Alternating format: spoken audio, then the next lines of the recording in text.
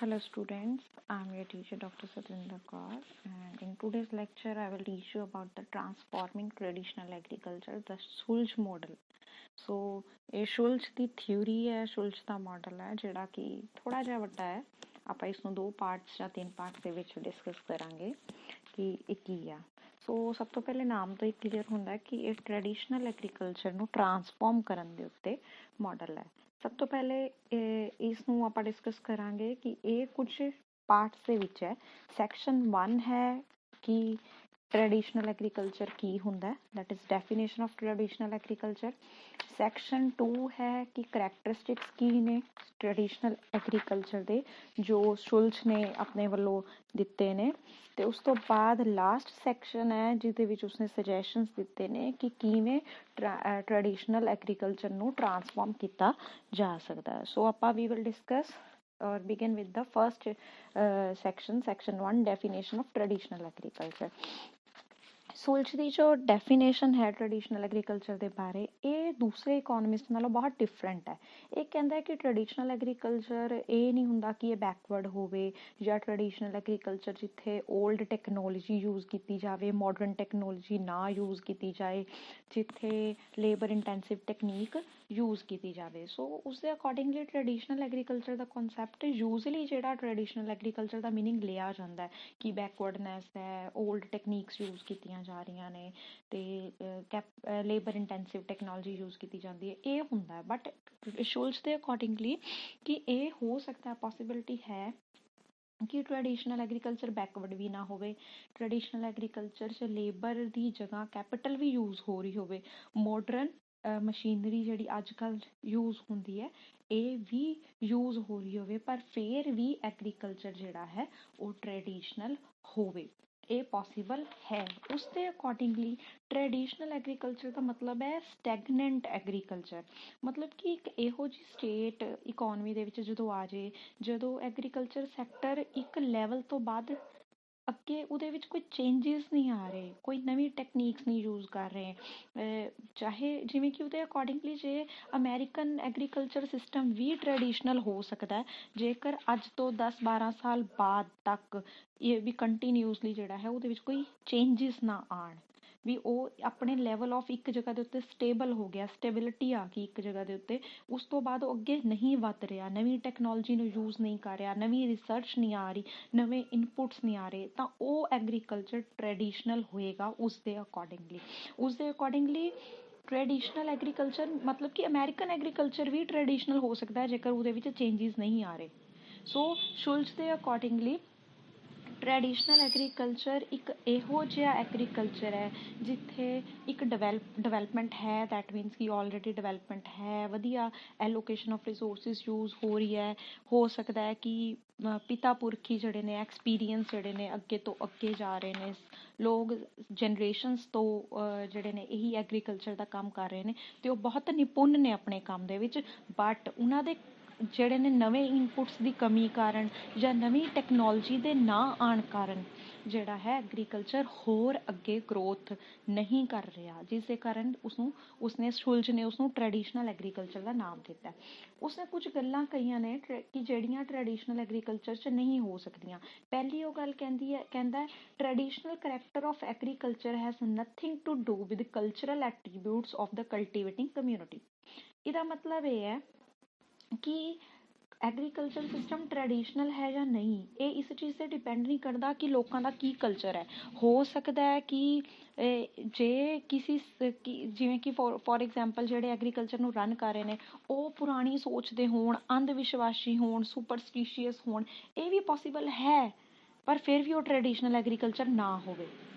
ਸੋ ਇਸ ਚੀਜ਼ ਦਾ ਕੋਈ ਲੈਣਾ ਦੇਣਾ ਨਹੀਂ ਹੈ ਕਿ ਲੋਕ ਐਂਬੀਸ਼ੀਅਸ ਹੈਗੇ ਨੇ ਜਾਂ ਨਹੀਂ ਨੇ, ਜਾਂ ਲੋਕਾਂ ਦੀ ਸੋਚ ਰੂੜੀਵਾਦੀ ਹੈ, ਅੰਧ ਵਿਸ਼ਵਾਸੀ ਹੈ।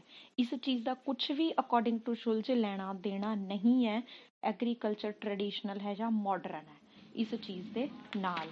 ਦੂਸਰੀ ਗੱਲ ਸ਼ੁਲਚ ਜਿਹੜੀ ਕਹਿੰਦਾ ਅਬਾਊਟ ਦਾ ਟ੍ਰੈਡੀਸ਼ਨਲ ਐਗਰੀਕਲਚਰ, ਉਹ ਕਹਿੰਦਾ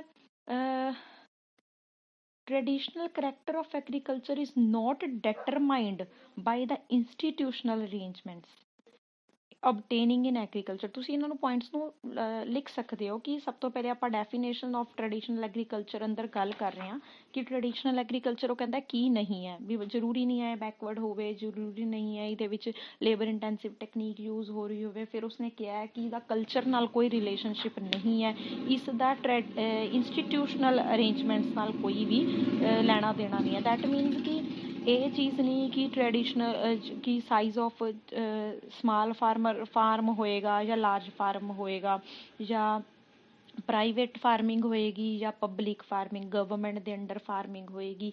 ਸੋ ਇਹ ਚੀਜ਼ ਕਲੀਅਰਲੀ ਸ਼ੁਲਜ਼ ਕਹਿੰਦਾ ਹੈ ਕਿ ਇਹ ਚੀਜ਼ ਮੈਟਰ ਹੀ ਨਹੀਂ ਕਰਦੀ ਕਿ ਕਿਹੜੇ ਟਾਈਪ ਦਾ ਇੰਸਟੀਟਿਊਸ਼ਨਲ ਅਰੇਂਜਮੈਂਟ ਹੈ। ਇਹ ਵੀ ਹੋ ਸਕਦਾ ਹੈ ਕਿ ਟੈਨੈਂਟ ਕਲਟੀਵੇਸ਼ਨ ਹੋਵੇ, ਮਤਲਬ ਕਿ ਕੰਟਰੈਕਟ ਦੇ ਉੱਤੇ ਜ਼ਮੀਨ ਲੈ ਕੇ ਉੱਤੇ ਖੇਤੀ ਕਰ ਰਿਹਾ ਫਾਰਮਰ, ਉਹ ਤਾਂ ਵੀ ਟ੍ਰੈਡੀਸ਼ਨਲ ਐਗਰੀਕਲਚਰ ਨਾ ਹੋਵੇ, ਉਹ ਮਾਡਰਨ ਐਗਰੀਕਲਚਰ ਹੋ ਸਕਦਾ। ਨਾਲ ਹੀ ਉਹ ਇਹ ਵੀ ਗੱਲ ਕਹਿ ਰਿਹਾ ਕਿ ਇਹ ਵੀ ਹੋ ਸਕਦਾ ਕਿ ਓਨਰਸ਼ਿਪ ਆਫ ਲੈਂਡ ਵੀ, ਮਤਲਬ ਇਹਨਾਂ ਚੀਜ਼ਾਂ ਦਾ ਕੋਈ ਲੈਣਾ ਦੇਣਾ ਹੀ ਨਹੀਂ ਹੈ। ਕਹਿੰਦਾ ਜੇਕਰ ਅਸੀਂ ਦੋ ਇਕੋਨਮੀਜ਼ ਨੂੰ ਲਈਏ, ਰੈਫਰੈਂਸ ਦਿੰਦਾ ਹੈ ਕਿ ਹੋਲੈਂਡ ਜਿਹੜੀ ਹੈ ਕੰਟਰੀ, ਉਹਦੇ 'ਚ ਟੈਨੈਂਟ ਕਲਟੀਵੇਸ਼ਨ ਹੈ ਅਤੇ ਡੈਨਮਾਰਕ ਜਿਹੜੀ ਹੈ ਉਹ ਓਨਰ ਕਲਟੀਵੇਸ਼ਨ ਹੈ, ਉਹਦੇ 'ਤੇ ਆਪਣੀਆਂ ਜ਼ਮੀਨਾਂ ਦੇ ਉੱਤੇ ਖੇਤੀ ਕਰਦੇ ਨੇ। ਇਸੇ ਤਰੀਕੇ ਨਾਲ ਅਮੈਰੀਕਾ ਵਿੱਚ ਲਾਰਜ ਫਾਰਮਸ ਹੁੰਦੇ ਨੇ, ਜਾਪਾਨ ਦੇ ਵਿੱਚ ਸਮਾਲ ਫਾਰਮਸ ਦੇ ਉੱਤੇ ਖੇਤੀ ਕੀਤੀ ਜਾਂਦੀ ਹੈ।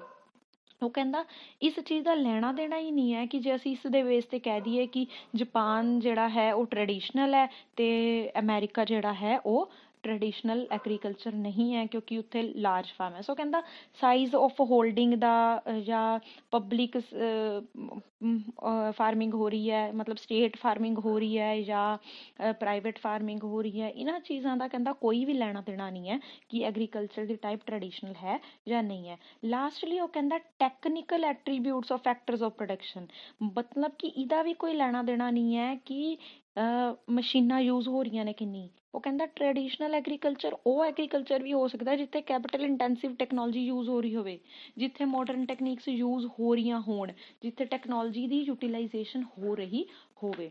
ਸੋ ਉਹ ਡਿਫਾਈਨ ਕੀ ਕਰਦਾ ਟ੍ਰੈਡੀਸ਼ਨਲ ਐਗਰੀਕਲਚਰ ਨੂੰ? ਉਹ ਇਹ ਡਿਫਾਈਨ ਕਰਦਾ ਹੈ ਕਿ ਟ੍ਰੈਡੀਸ਼ਨਲ ਐਗਰੀਕਲਚਰ ਉਹ ਐਗਰੀਕਲਚਰ ਹੈ, ਹੋ ਸਕਦਾ ਹੈ ਜਿੱਥੇ ਬਹੁਤ ਵਧੀਆ ਡਿਵੈਲਪਮੈਂਟ ਹੋਈ ਹੋਵੇ, ਫੋਰ ਫਾਦਰਸ ਤੋਂ ਜਨਰੇਸ਼ਨ ਟੂ ਜਨਰੇਸ਼ਨ ਜਿਹੜੀਆਂ ਨੇ ਉਹਨਾਂ ਦੀਆਂ ਔਲਾਦਾਂ ਜਿਹੜੀਆਂ ਨੇ ਸਿੱਖ ਰਹੀਆਂ ਨੇ ਖੇਤੀ ਕਰਨੀਆਂ ਅਤੇ ਉਹਨਾਂ ਨੂੰ ਐਕਸਪੀਰੀਅੰਸ ਦੇ ਨਾਲ ਬਹੁਤ ਚੰਗੀ ਖੇਤੀ ਕਰਨੀ ਆਉਂਦੀ ਹੈ, ਪਰ ਉਹ ਇਹੋ ਜਿਹੀ ਸਟੇਜ 'ਤੇ ਪਹੁੰਚ ਗਏ ਆਪਣੀ ਫੁੱਲ ਯੂਟੀਲਾਈਜੇਸ਼ਨ ਆਫ ਰਿਸੋਰਸਿਸ ਦੇ ਨਾਲ ਜਿੱਥੇ ਕੋਸਟ ਅਤੇ ਰਿਟਰਨ ਇੱਕ ਦੂਜੇ ਦੇ ਬਰਾਬਰ ਆਉਣ ਲੱਗ ਗਏ, ਮਤਲਬ ਪਰਫੈਕਟ ਯੂਟੀਲਾਈਜੇਸ਼ਨ ਆਫ ਰਿਸੋਰਸਿਸ ਹੋ ਗਈ ਹੈ ਅਤੇ ਫਰਦਰ ਉਹਨਾਂ ਰਿਸੋਰਸਿਸ ਨੂੰ ਹੋਰ ਯੂਜ਼ ਕਰਨ ਦੀ ਕੋਈ ਗੁੰਜਾਇਸ਼ ਹੀ ਨਹੀਂ ਹੈ, ਜਿਸ ਦੇ ਕਾਰਨ ਉਹਨਾਂ ਨੂੰ ਮਤਲਬ ਕਿ ਹੋਰ ਡਿਵੈਲਪਮੈਂਟ ਕਦੋਂ ਹੋਏਗੀ? ਹੋਰ ਡਿਵੈਲਪਮੈਂਟ ਤਦ ਹੋਏਗੀ ਜਦੋਂ ਹੋਰ ਗੁੰਜਾਇਸ਼ ਹੋਏਗੀ ਰਿਸੋਰਸ ਨੂੰ ਯੂਜ਼ ਕਰਨ ਦੀ। ਜਦੋਂ ਪਹਿਲੇ ਹੀ ਸਭ ਕੁਝ ਵਧੀਆ ਚੱਲ ਰਿਹਾ ਤਾਂ ਇਸਦਾ ਮਤਲਬ ਹੋਰ ਗੁੰਜਾਇਸ਼ ਨਹੀਂ ਹੋ ਸਕਦੀ। ਕਿਵੇਂ ਗੁੰਜਾਇਸ਼ ਹੋਰ ਹੋਏਗੀ? ਇੰਪਰੂਵਮੈਂਟ ਗਰੋਥ ਹੋਰ ਕਦੋਂ ਹੋਏਗੀ? ਗਰੋਥ ਤਦ ਹੋਏਗੀ ਜਦੋਂ ਕੋਈ ਨਵਾਂ ਇਨਪੁਟ ਆਏਗਾ ਜਾਂ ਨਵੀਂ ਟੈਕਨੋਲੋਜੀ ਆਏਗੀ ਜਿਹਦੇ ਨਾਲ ਅਸੀਂ ਹੋਰ ਜ਼ਿਆਦਾ ਪ੍ਰੋਡਕਟਿਵਿਟੀ ਨੂੰ ਇਨਕਰੀਜ਼ ਕਰ ਸਕਦੇ ਹਾਂ। ਸੋ ਇਹ ਚੀਜ਼ ਜਿਸ ਦੇ ਨਾਲ ਇਹਦਾ ਮਤਲਬ ਉਹ ਕਹਿੰਦਾ ਕਿ ਇੱਕ ਇਕੁਇਲਿਬਰੀਅਮ ਸਟੇਜ 'ਤੇ ਇਕੋਨਮੀ ਪਹੁੰਚ ਚੁੱਕੀ ਹੈ, ਸਟੇਬਲ ਇਕੁਇਲਿਬਰੀਅਮ ਦੇ ਸਟੇਜ 'ਤੇ। ਅਤੇ ਇਹ ਡਿਸਟਰਬੈਂਸ ਮਤਲਬ ਕਿ ਜੇ ਅਸੀਂ ਇਸ ਇਕੁਇਲਿਬਰੀਅਮ ਤੋਂ ਉੱਪਰ ਦੀ ਸਟੇਜ 'ਤੇ ਜਾਣਾ, ਡਿਸਟਰਬੈਂਸ ਲੈ ਕੇ ਆਉਣੀ ਹੈ ਤਾਂ ਸਾਨੂੰ ਚੇਂਜਿਸ ਕਰਨੇ ਪੈਣਗੇ। ਸੋ ਅਕੋਰਡਿੰਗ ਟੂ ਸ਼ੁਲਜ਼ ਇਹ ਇੱਕ ਨਵਾਂ ਵਿਚਾਰ ਲੈ ਕੇ ਆਇਆ ਸ਼ੁਲਜ਼ ਕਿ ਇਹ ਸ਼ੁਲਜ਼ ਦੇ ਮਤਲਬ ਕਿਉਂਕਿ ਪਿਛਲੇ ਇਕੋਨਮਿਸਟ ਜਿਹੜੇ ਨੇ ਹੋਰ ਥਿਊਰਮਸ ਤੁਸੀਂ ਕਰੋਗੇ, ਥਿਊਰੀਜ਼ ਮੈਲਰ ਦੀ ਥਿਊਰੀ ਕਰੋਗੇ, ਲੂਇਸ ਦੀ ਥਿਊਰੀ ਕਰੋਗੇ, ਉਹਦੇ ਵਿੱਚ ਉਹ ਕਲੀਅਰਲੀ ਕਹਿੰਦੇ ਨੇ ਕਿ ਜਿੱਥੇ ਬੈਕਵਰਡਨੈਸ ਆਫ ਐਗਰੀਕਲਚਰ ਹੈ, ਜਿੱਥੇ ਪ੍ਰੋਡਕਟਿਵਿਟੀ ਘੱਟ ਹੈ, ਉਹ ਜਿਹੜਾ ਹੈ ਟ੍ਰੈਡੀਸ਼ਨਲ ਐਗਰੀਕਲਚਰ ਹੈ। ਬਟ ਸ਼ੁਲਜ਼ ਕਹਿੰਦਾ ਹੈ ਕਿ ਟ੍ਰੈਡੀਸ਼ਨਲ ਐਗਰੀਕਲਚਰ ਟੈਕਨੋਲੋਜੀ ਵੀ ਯੂਜ਼ ਕਰ ਸਕਦਾ, traditional agriculture capital intensive technique ਵੀ ਯੂਜ਼ ਕਰ ਸਕਦਾ, ਟ੍ਰੈਡੀਸ਼ਨਲ ਐਗਰੀਕਲਚਰ ਰੂੜੀਵਾਦੀ ਸੋਚ ਦਾ ਵੀ ਨਹੀਂ ਹੈ, ਟ੍ਰੈਡੀਸ਼ਨਲ ਐਗਰੀਕਲਚਰ ਦੇ ਵਿੱਚ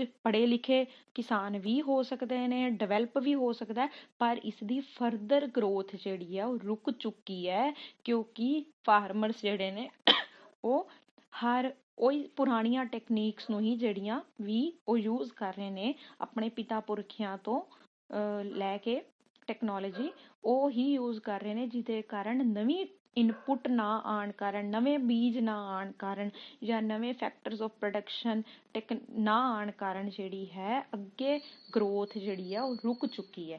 ਇਹ ਸੈਕਸ਼ਨ ਏ ਹੈ ਜਿਹੜਾ ਆਪਾਂ ਡਿਸਕਸ ਕੀਤਾ। ਅਗਲੇ ਲੈਕਚਰ 'ਚ ਆਪਾਂ ਸੈਕਸ਼ਨ ਬੀ ਡਿਸਕਸ ਕਰਾਂਗੇ, 2 ਡਿਸਕਸ ਕਰਾਂਗੇ ਸ਼ੁਲਜ਼ ਦੇ model the. Thank you so much.